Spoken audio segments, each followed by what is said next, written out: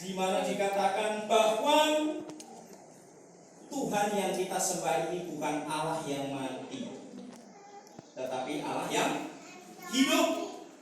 Sehingga dikatakan bahwa suatu nas tentang Semak Duri dikatakan Tuhan kita ini Allahnya Abraham, Allah Ishak, dan juga Allah Yakub. Jadi Allah kita ini Allah yang hidup, bukan Allahnya orang mati. Dan nanti siapa yang menjadi suaminya? Tidak ada. Karena ketika manusia bangkit dari kematian, kemudian masuk ke dalam kekekalan, akan hidup seperti para malaikat. Mereka tidak lagi kawin atau dikawinkan, tetapi mereka akan hidup seperti malaikat Allah. Allah kita jelas Allah yang hidup, Allah yang berkuasa, Allah yang memiliki power. Saudara dan saya saat ini bisa datang ke gereja, itu bukan suatu kebetulan. Kebetulan saja kita ke gereja. Kebetulan saja sore ini mengganti hari kemarin. Tidak. Kalau kita baca di dalam Mazmur dikatakan Tuhan menetapkan langkah-langkah orang yang percaya kepada Dia. Di sini saya percaya semua orang percaya kepada Yesus. Amin. Amin. Kalau saudara tidak percaya Yesus, hari ini tidak mungkin ada di sini. Berarti langkah Bapak Ibu dan adik-adik semua ditetapkan oleh Tuhan.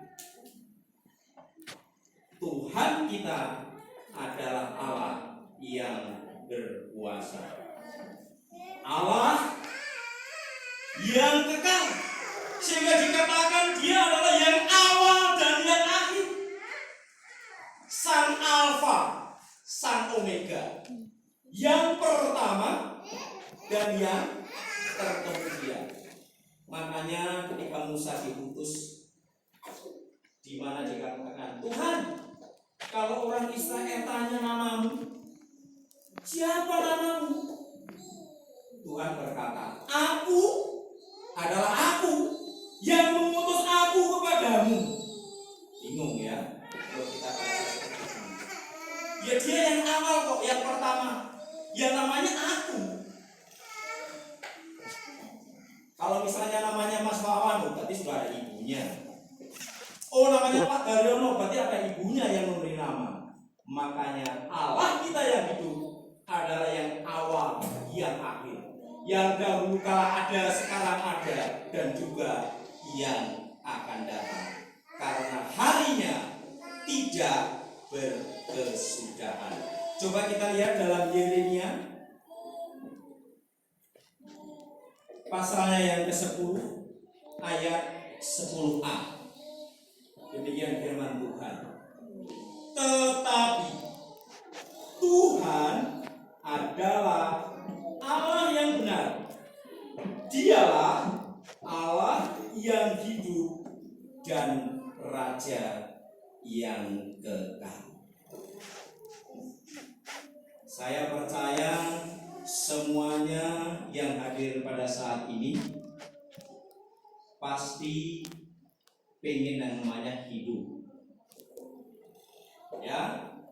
Kenapa? Semua orang takut mati. Di sini ada nggak yang takut mati? Coba tunjuk jari. Saya nggak takut mati, Pak Daryono.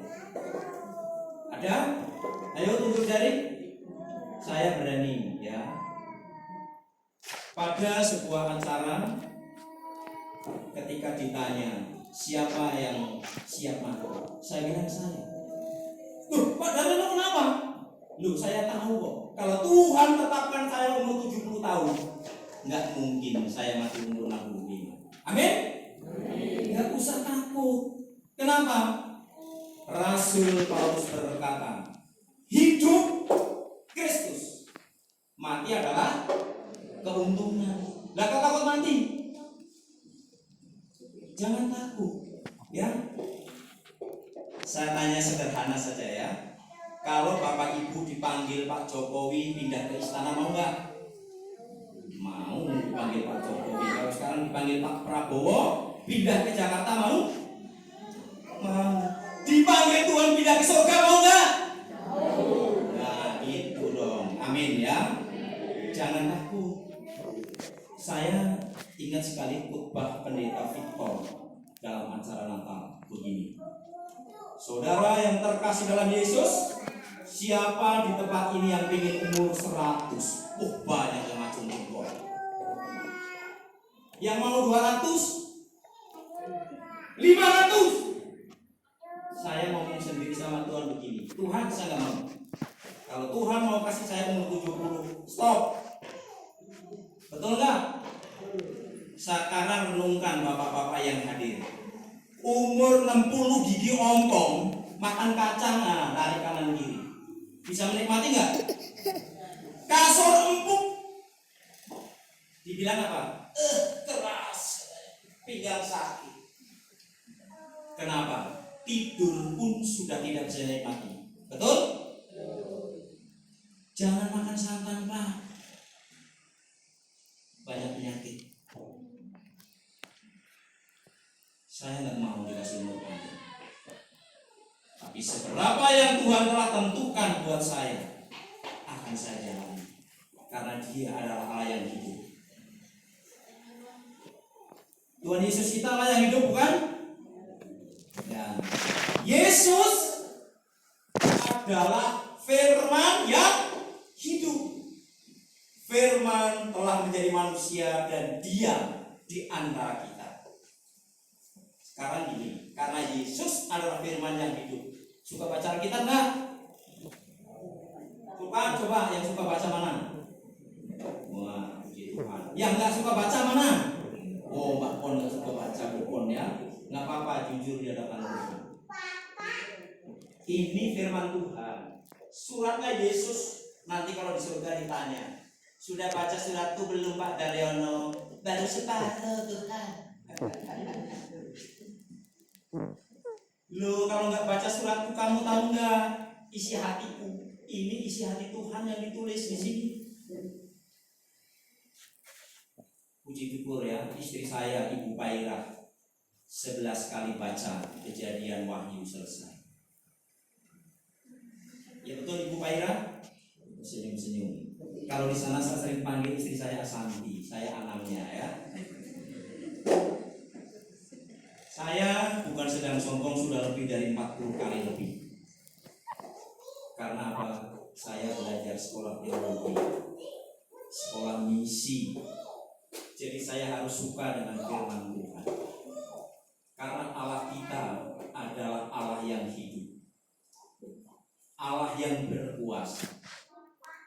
Kita lihat satu ayat yang terakhir, yaitu Injil Yohanes. Injil Yohanes pasalnya yang kelima, ayat 26. Demikian sabda Tuhan.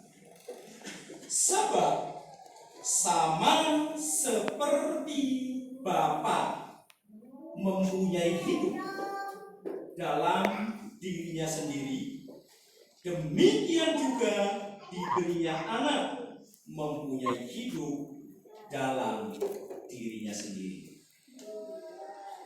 Pak, kalau di luar sana Yesus itu bukan Tuhan, karena Dia mati di salib.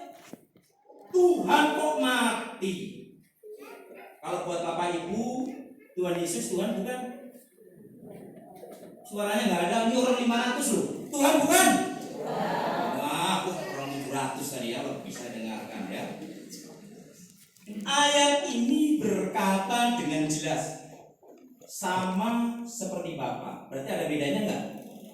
Enggak ada beda. Sama seperti Bapa. Tuhan Allah memiliki hidup dalam dirinya sendiri. Yesus sang anak juga memiliki hidup di dalam dirinya sendiri. Amin. Jangan ragu dengan Yesus. Di luar sana, orang Kristen kok Tuhannya disalib. Justru kalau Yesus tidak disalib, saudara adalah orang yang paling celaka. Kenapa? Tidak ada pengampunan dosa. Betul? Karena darah Yesus yang membuat saudara hidup. Karena Allah kita Allah yang hidup, maka setiap orang yang percaya kepada Dia akan hidup. Saya kan sudah hidup, Pak. Betul. Jangan cari pendeta, jangan cari Pak Daryono. Yang dicari siapa? Yesus Tuhan. Dia Allah yang hidup, Allah yang berkuasa.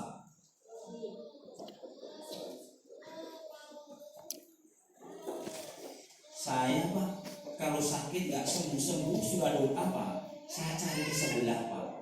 Manjur, Pak. Saudara saya kemarin perutnya gede, dibawa sembuh. Jangan percaya, ya.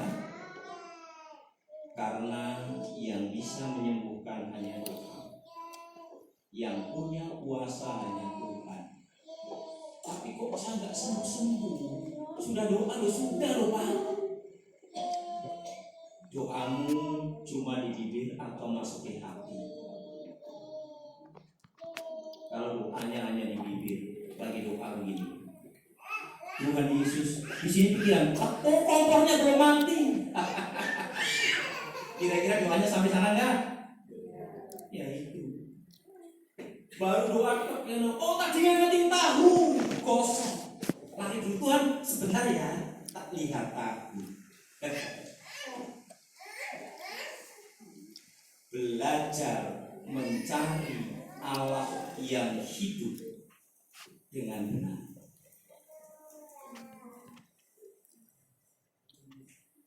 Allah kita bukan Allah orang yang mati. Kalau begitu, apa yang harus kita lakukan? Saya dan saudara harus meresponi bahwa Dia Allah yang hidup, Allah yang berkuasa dengan apa? Pak, saya bawa persembahan yang banyak, Pak. Tuhan kita kaya kok. Betul? Oh, dengan apa? Ucapan syukur. Hanya itu yang kita bisa berikan kepada Tuhan. Mau utang kalau belum dapat, oh Tuhan, saya ini Tuhan mau melakukan ABC. Saya mau utang Tuhan, saya mohon Tuhan, bukakan hatinya. Setelah dapat, lupa sama Tuhan. Nggak ingat sama Tuhan. Sehingga seringkali sakit penyakit itu mengingatkan saya dan saudara untuk ingat kepada Tuhan. Saya tanya di sini, kalau yang sakit nggak sering doa mana? Coba ngacung. Nggak ada ya, berarti kalau sakit semuanya begini. Sedikit-sedikit Tuhan. Tapi pas sehat lupa dengan Tuhan, betul nggak? Bisa apa duit? Ke Wonosobo, ke Alfa, beli apa ya? Lupa. Kenapa bisa lupa? Tidak bersyukur. Ucapan syukur itu adalah memuliakan Tuhan. Dengan saudara bersyukur, saudara sudah memuliakan Tuhan. Amin. Mulai saat ini berusaha bersyukur. Contoh, bangun pagi. Yang bapak-bapak maaf ya, wudhu dulu. Jadi pagi-pagi bangun pagi, kopi. Cari kopi. Dirubah. Bangun pagi cari dulu. Saya biasakan sudah berapa tahun setiap bangun pagi saya baca ini. Jangan bangun pagi kopi dulu, bersyukur dulu kepada Tuhan. Kalau nggak bisa baca yang tua ya nggak masalah, tapi berdoa, bersyukur.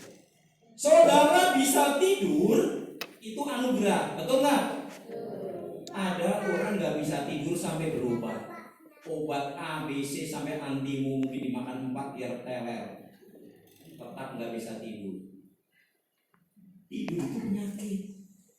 Tapi kalau hati yang gembira adalah obat, betul? Bersyukur. Supaya apa? Memuliakan Allah yang hidup. Yang kedua, berdiri teguh dan berpegang pada ajaran yang kita terima dari Alkitab. Nanti saya tanya ya, siapa yang suka baca Alkitab? Bagaimana mau bisa berdiri teguh tentang ajaran Alkitab? Baca aja nggak pernah. Tapi kalau saudara baca setiap hari, paling tidak masuk dalam pikiran. Pada mulanya adalah firman. Firman itu bersama-sama dengan Allah, dan firman itu adalah Allah. Nah, masuk ini. Paling tidak waktu saudara 1-2 menit diisi dengan firman. Amin. Janji? Ya. Saya percaya di sini orangnya ini hebat-hebat ya. Pasti nanti di rumah ingat, Bapak Daryono dari Pendeta Kalimantan, saya akan baca Alkitab. Pas sudah 1 bulan lupa. Jangan ya. Karena ini adalah makanan rohani. Makanan rohani itu sangat penting. Saudara bisa hidup itu karena anugerah Tuhan. Amin. Terima kasih. Saya ingin menyanyikan satu buah lagu. Mungkin kalau ada jemaat yang bisa nyanyi bersama ya. Karena temanya yaitu Allah yang hidup, saya akan menyanyikan lagu sebab Dia hidup.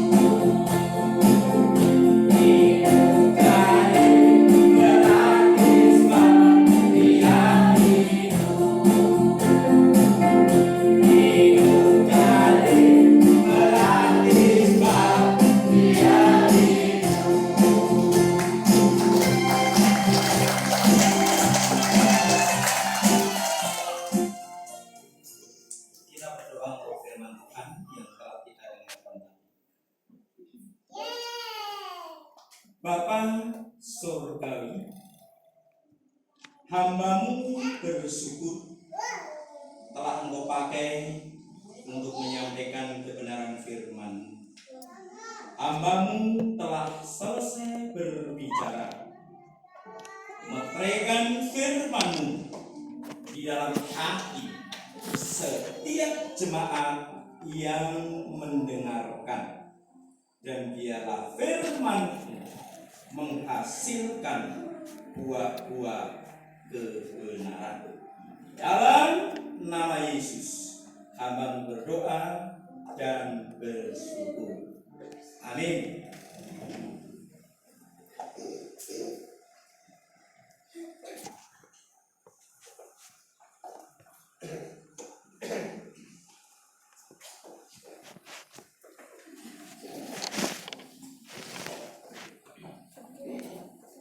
Jemaat yang kedua, marilah kita saya mengenangkan perjuangan gereja di segala zaman dan abad, mengingat penyertaan Roh Kudus agar gereja senantiasa hidup dan berlaku.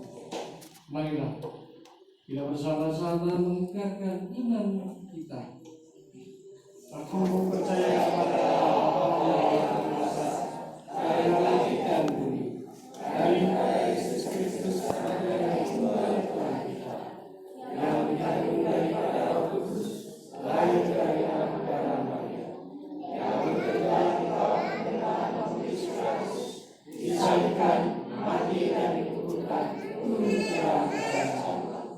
Pada hari yang ketiga bangkit pula dari antara orang mati, naik ke surga, duduk di sebelah kanan Allah Bapa yang Maha Kuasa, dan akan datang dari sana untuk menghormati orang yang hidup dan yang mati.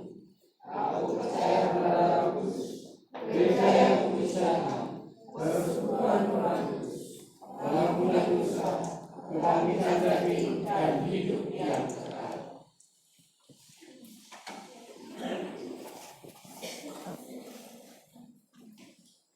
Kita berdoa sama.